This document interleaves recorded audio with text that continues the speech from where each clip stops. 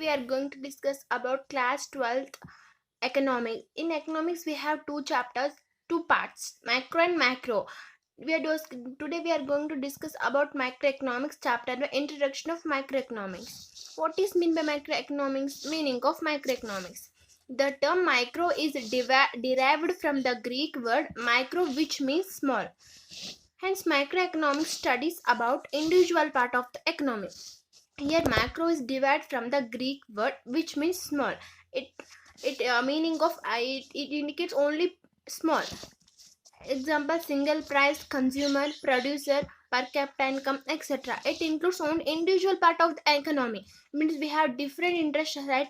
Example: single price, consumer, producer. All these examples for microeconomics. The study of the economic behavior of individual agents such as a particular price, particular demand, supply, savings, etc. is called microeconomics. This the different individuals have different, only microeconomic studies about only individual part of the economy. Now meaning of macroeconomics. The term macro is derived from the Greek word macro, which indicates large. Here macro indicates large. In micro we have seen it indicates small, right? But here it indicates large. Hence macroeconomics deals with economy as a whole. It deals with economy as a whole. In that we microeconomics only, it is only studies about individual part of economy. Different persons have different personality interest, but it is considered macroeconomics as country as a whole. Such examples: the study of the aggregate covering the economy such as the general employment, aggregate demand and supply, income, etc. is called macroeconomics. It means the study of the aggregate demand covering in general employment, general price level. These are examples of the macroeconomics. Now simple economy. What is simple economy? Simple economy is a common economy where people are requiring so many goods and services for the needing the life. They need food, clothes, shelter, transport, postal services, etc. It means in order to live a man, they need food, clothes, shelter, transport, right? For the living in the earth, right?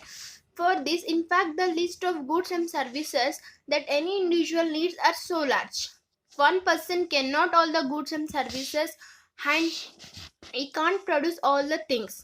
He has only few goods among them. It means in order to have, in India we have more population, 1% for the every person have different needs, right? Clothes, food, shelter. To live in the country, one person cannot produce all the goods, right?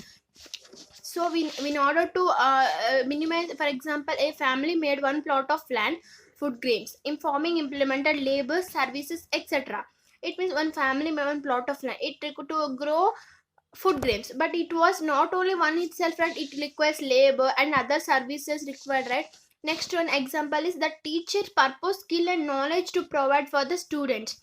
The teacher was required to provide knowledge for the students, right? Now central problems of an economy. What it means? It means in order to use scarce resources to proper manner for the production of goods and services. It includes economic activities like agriculture, trade, commerce, banking, insurance, etc. And my central problems means to use the resources to proper manner. Scarce means which are limited in the resources to use proper and to produce goods and services in the fields like agriculture, trade, commerce, banking, insurance, etc. Now let's study about basic problems of an economy. What it is? There are three basics: what is produced and what quantities, and how to produce and for whom to produce. First we discuss what is produced and what quantities. This is the basic problem of an economy. The problem of choice between the commodities. This problem arises due to scarcity of resources. Every economy has limited resources, hence we can't produce all the goods. If we increase one commodity, then we should decrease another commodity. It means every economy is limited resources, we can't produce all the goods, right? If we increase one commodity, we should take another commodity. Next examples: whether to produce more food or clothing or housing or luxury goods. We have to only whether to have produce more agriculture goods or industrial goods, whether to produce more resources in the education or health, military or services. We have to choose only health or education in military. Next one is how are these goods produced. This problem is related with choosing the technique of production. It means for the production on the goods and services. They are the two important factors. How to produce this good? There are two important technologies. There is labor intensive technology and capital intensive technology. First one is labor intensive technology, is one where more labor are used for the production of goods rather than capital. It means here more labor are used than the production of goods and services. Next one, capital intensive technology, is one where capital is more used for the production of goods and services rather than labor.